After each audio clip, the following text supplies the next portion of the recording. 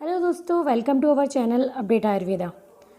तो आज की इस वीडियो में हम डिस्कस करेंगे अम्लपित्त के बारे में, जो कि एग्ज़ाम और क्लिनिकल दोनों ही पॉइंट ऑफ व्यू से मोस्ट इम्पॉर्टेंट टॉपिक है। हम इसकी निरुक्ति, निदान, इन सब के बारे में जानेंगे। आप इसकी PDF भी डाउनलोड कर सकते हैं हमारे टेलीग्राम चैनल अपडेट आयुर्वेदा से, और हमें फेसबुक और इंस्टा पर फॉलो भी कर सकते हैं, जिसकी लिंक हमने डिस्क्रिप्शन बॉक्स में दे रखी है। अम्लपित्त हाइपर एसिडिटी के नाम से हम सभी इसे जानते हैं। इस व्याधि का वर्णन आचार्य काश्यप ने किया है और इसका दूसरा नाम इन्होंने शुक्तक भी बताया है। चलिए आगे बढ़ते हैं इसकी निरुक्ति की ओर। अम्लम च पित्तम अम्लपित्तम। जब हमारा जो पित्त है वो अम्ल का रूप धारण कर लेता है तब हम उसे अम्लपित्त कहते हैं। अम्लम विदग्धम च तत्पित्तम अम्लपित्तम। जब हमारा पित्त विदग्ध हो जाता है, मतलब अत्यधिक प्रकोपित हो जाता है, तो हम उसे अम्लपित्त का नाम दे देते हैं। निदान। विरुद्ध अन्न का सेवन करने से, विरुद्ध अन्न का मतलब है आहार का जब गलत संयोग हो जाता है तो अम्लपित्त होने के चांसेस बढ़ जाते हैं। हम बहुत तीखा तला हुआ भोजन खा लेते हैं, या फिर चाय, कॉफ़ी, इन सब का बहुत ज़्यादा मात्रा में सेवन कर लेते हैं, या फिर हम लोग बहुत ज़्यादा स्पाइसी फूड लेते हैं अपने डाइट में, तो भी हमें अम्लपित्त होने के चांसेस बहुत ज़्यादा हो जाते हैं। जब हम लोग मद्य का अति मात्रा में सेवन करते हैं, अत्यधिक मद्य के सेवन से पित्त प्रकोपित हो जाता है, तो अम्लपित्त होने के चांसेस बहुत ज़्यादा बढ़ जाते हैं। वेगों को धारण करने से, विष के प्रयोग करने से, पित्त प्रकोपक निदान का सेवन करने से, पित्त प्रकोपक जितनी भी चीज़ें होती हैं वो सभी हमारे अम्लपित्त को बढ़ाने या अम्लपित्त को उत्पन्न करने के चांसेस को बढ़ा देती हैं। जो भी व्यक्ति पित्त प्रकोपक आहार का बहुत मात्रा में सेवन करता है उसमें पित्त की वृद्धि हो जाती है, और जब हमारे आमाशय में पित्त की वृद्धि हो जाती है तो वो अम्लीय रूप धारण कर लेता है और अम्लोदगार की उत्पत्ति होती है, तो उसे हम अम्लपित्त कह सकते हैं। देखिए, संप्राप्ति घटक, ये मोस्ट इम्पॉर्टेंट टॉपिक है। अगर हमने संप्राप्ति घटक को अच्छे से पढ़ लिया तो हम किसी भी डिसीज़ का डिस्क्रिप्शन कर सकते हैं आराम से। वो कैसे? देखिए, जब हमारी कोई व्याधि, हमें उसका दोष, दूष्य, श्रोतस, श्रोतदुष्टि, अधिष्ठान, ये सब पता होंगे तो हम किसी भी व्याधि को डिस्क्रिप्ट करने में कोई गलती नहीं कर सकते। दोष पित्ती होगा, नाम से ही पता चल रहा है अम्लपित्त है। रस और रक्त धातुएं दूषित होंगी, अन्न व श्रोतस। विमार्ग गमन, अम्लोदगार की उत्पत्ति हो रही है तो हमें ऐसे अंदाज़ा भी लग रहा है कि विमार्ग गमन ही हो रहा है शुद्ध दृष्टि में। अधिष्ठान आमाशय, क्योंकि सारा भोजन ही आमाशय में जाकर रह रहा है। सभी रोग, जितनी भी व्याधियाँ हमारी बताई गई हैं, सभी हमारी मंदाग्नि के कारण ही होती हैं, तो ऑब्वियसली इसमें अग्निमंद ही होगी। असाध्यता में शादी है, जब ये बहुत ज़्यादा पुराना हो जाता है, जब अल्सर्स डेवलप हो जाते हैं, तब चांसेस बहुत ज़्यादा टिपिकल हो जाते हैं और व्याधि भी असाध्य मानी जाती है। भेद, दोष संसर्ग भेद से और गति भेद से, दो प्रकार से इसका वर्गीकरण किया गया है। दोष संसर्ग भेद से इसके 3 भेद हैं, वाताधिक, कफाधिक और वात कफाधिक। गति भेद से ऊर्ध्वग और अधोग। इनके लक्षणों को हम सामान्य लक्षण डिस्कस करने के बाद डिस्कस करेंगे। लक्षण, सामान्य लक्षण, जब भी किसी को अम्लपित्त होता है तो उसको बहुत ज़्यादा उसका जी मचलाएगा, उसको खट्टी डकारें आएंगी, उसको कंठ में दाहा होगी, बहुत ज़्यादा जलन होगी, उसको खाने से उसका कोई मतलब नहीं रहेगा, उसको बिल्कुल भूख नहीं लगेगी। हम देखेंगे इसके भेदों के डिस्क्रिप्शन के बारे में। ऊर्ध्वग अम्लपित्त, ऊर्ध्वग अम्लपित्त जैसे कि नाम से ही पता चल रहा है ऊर्ध्व पार्ट में है। इसका मतलब है कि कफ दोष का अनुबंध रहेगा उसमें, और व्यक्ति को वमन की प्रवृत्ति रहेगी। जब वमन की प्रवृत्ति व्यक्ति को रहेगी तो उसे अम्लयुक्त वमन रहेगा।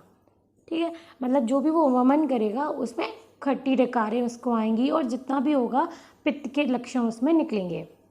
ठीक है, जो भी हमारा वमन का मटेरियल होगा वो अति पिक्चर होगा बहुत ज़्यादा, और मांस के समान वमन होता है व्यक्ति को। अगर कोई व्यक्ति अम्लपित्त का पेशेंट है तो उसको भोजन से पहले भी अम्लोदगार हो सकती है और भोजन के बाद भी अम्लोदगार हो सकती है। उसके कंठ में या फिर हृदय में दाहा होती है, और मंडलाकार चकत्ते भी देखने के लिए मिलते हैं। उसका भोजन में बिल्कुल भी मन नहीं लगेगा, उसको अरुचि रहेगी खाने से बहुत ज़्यादा। अधोगम्ल पित्त, जैसे कि ये भी नाम से ही पता चल रहा है, इसमें पित्त का अनुबंध रहता है। तृष्णा, दाह, भ्रम, ये सब इसमें आते रहते हैं लक्षण, ठीक है। और उस व्यक्ति में विविध वर्ण का, मतलब जब अधोमार्ग से पित्त का श्राव होगा तो बहुत सारे वर्णयुक्त पित्त निकलेगा, ठीक है। हर्ष और स्वेद की प्रवृत्ति रहेगी, क्योंकि पित्त प्रकृति वाले मनुष्यों में अक्सर ही ऐसा होता है कि जो उनके मेन लक्षण हैं, जैसे स्वेद की प्रवृत्ति, क्रोध आना और अरुचि रहना, दाह होना, ये सब लक्षण इन व्याधियों में ज़रूरी देखे जाते हैं। दोष भेद से वातानुबंधी अम्ल पित्त, वात और पित्त का अनुबंध है इसमें, और अम्ल तो है ही साथ में, तो उसमें व्यक्ति को मूर्छा रहेगी, दोनों के मिक्सअप लक्षण आएंगे उसमें। आंखों के सामने अंधेरा रहेगा और पूरी बॉडी में उसको पेन होगा। कफानुबंधी में क्या होगा? कफ स्टीवन। कफ स्टीवन, स्टीवन का मतलब तो आप सभी जानते हैं, स्टीवन का मतलब होता है थूकना, तो वो कफ का स्टीवन करेगा, उसको शीत की अनुभूति होगी, उसका पूरा मुंह कफ से घेरा हुआ रहेगा, उसको कंडू होगी, नींद नहीं आएगी, क्योंकि इतने अम्लोदगार होने के बावजूद खुद सो सकता है क्या। वमन होगा, गुरुता होगी, शरीर में जड़ता रहेगी उसके। वात कफानुबंधी, इसमें वात, कफ और पित्त तीनों के ही लक्षण देखने के लिए मिलते हैं। इसमें सबसे इम्पॉर्टेंट लक्षण है अम्लोदगार, मतलब वही खट्टी डकारें आएंगी, लाला श्राव होगा, मुख में मधुरता रहेगी और हृदय और कंठ में दाह रहेगी। ये इसका मेन लक्षण है, अम्लोदगार और हृदय और कंठ प्रदेश में दाह होना। साध्यता असाध्यता, जैसे कि मैंने आपको पहले ही बताया था, जो अम्लपित्त अभी तुरंत ही हुआ है, नवीन है, वो तो साध्य होगा, लेकिन जिसको टाइम हो गया, बहुत सालों से हो रखा है, वह अम्लपित्त याप्य होता है। चिकित्सा सिद्धांत, दोस्तों हम यहाँ पर चिकित्सा सिद्धांत का भी डिस्कशन करेंगे, क्योंकि फाइनल ईयर के स्टूडेंट्स के लिए चिकित्सा सिद्धांत मोस्ट इम्पॉर्टेंट टॉपिक है। तो चलिए पढ़ते हैं। सामान्यतः किसी भी व्याधि की अगर हम चिकित्सा करते हैं तो उसके लिए 3 सिद्धांत हमारे लिए ज़रूरी हैं। मोस्ट इम्पॉर्टेंट है निदान परिवर्जन, दूसरा है संशोधन चिकित्सा और तीसरा है संशमन चिकित्सा। तीनों के ही बारे में हम पढ़ेंगे।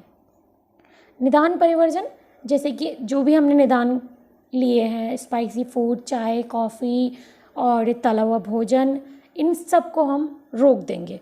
इनका स्टॉपेज करने के बाद हमारे अम्लपित्त होने के चांसेस बहुत ज़्यादा कम हो जाते हैं। संशमन चिकित्सा और संशोधन चिकित्सा, तो सबसे पहले हम पढ़ लेते हैं संशोधन चिकित्सा। संशोधन चिकित्सा में क्या है, अगर किसी व्यक्ति को ऊर्ध्वक अम्लपित्त है, ऊर्ध्वक अम्लपित्त में कफ का संसर्ग होता है, और आप और मैं, हम सभी जानते हैं कि ऊर्ध्वक अगर पार्ट में कोई भी दिक्कत होती है तो हम वमन का प्रयोग करते हैं, तो हम व्यक्ति को वमन कराएंगे। और अधोग अम्लपित्त है तो ऑब्वियसली विरेचन कराएंगे। तो वमन के लिए हम सबसे पहले पटोल पत्र, नींबू पत्र, क्वाथ, मदन फल, जो भी मैंने यहाँ चिकित्सा बताई है, इसका हम प्रयोग करेंगे और उससे हम वमन करा सकते हैं किसी भी व्यक्ति को, तो वो संशोधन चिकित्सा के अंतर्गत आएगा। ये देखिए मैंने ये द्रव्य बताए हैं, नवीन अम्लपित्त में शोधन करवाते हैं वमन विरेचन द्वारा, ठीक है। अगर चिरकारी अम्लपित्त है तो वमन विरेचन के द्वारा बाद हम उसमें बस्ती भी दे सकते हैं, वही आशा पर अनवासन बस्ती, ठीक है। यदि व्यक्ति में सम्यक संशोधन हो चुका है, उसके लक्षण आराम से दिखाई दे रहे हैं, तो हम उस व्यक्ति को तिक्त रस प्रधान द्रव्यों का प्रयोग कराएंगे और हल्का भोजन देंगे, ताकि उसकी जो मंद हुई अग्नि है वो भी नॉर्मल हो सके। चिकित्सा में हमने संशोधन चिकित्सा देख ली, वमन विरेचन, बस्तियाँ हम जो भी देंगे वो सब बता दिया। संशमन चिकित्सा, अब संशमन चिकित्सा का क्या मतलब है? संशमन का मतलब है हम औषधि देकर हमारी बॉडी में ही उसको सबसाइड कर दें, ताकि वो प्रकोपित ना हो सके। संशमन चिकित्सा को संशोधन चिकित्सा से ज़्यादा अच्छा नहीं बताया गया है। संशोधन चिकित्सा इज़ अ बेटर ऑप्शन, क्योंकि हमारे इसमें बॉडी से दोषों को बाहर निकाल दिया जाता है, तो वो दोबारा प्रकोपित होने के चांसेस नहीं होते हैं। वहीं हमारे संशमन चिकित्सा में कुछ टाइम बाद वो प्रकोपित हो सकते हैं, बट संशोधन में ऐसा नहीं होता। इसमें बहुत सारी भस्म, चूर्ण, क्वाथ, घृत, अवलेह, इन सबका वर्णन किया गया है। जैसे कि सूत का रस बहुत ही अच्छा है अम्लपित्त के लिए। अविपत्तिकर चूर्ण को बहुत ज़्यादा इम्पॉर्टेंट बताया गया है। हिंगवाष्टक चूर्ण है, कामदुदारस, शंखभस्म है, अम्ल पित्तांतक लौह है, इन सबको इतनी मात्रा में प्रयोग करेंगे तो हमारे अम्ल पित्त से शांति मिल सकती है। मैंने ये औषधियाँ आपको बता दी हैं, आप इन सब का प्रयोग करके अम्ल पित्त को क्योर कर सकते हैं। और एग्ज़ाम के प्रोस्पेक्टिव से भी ये मोस्ट इम्पॉर्टेंट टॉपिक है। तो इसी के साथ हमारा अम्ल पित्त का टॉपिक ख़त्म होता है।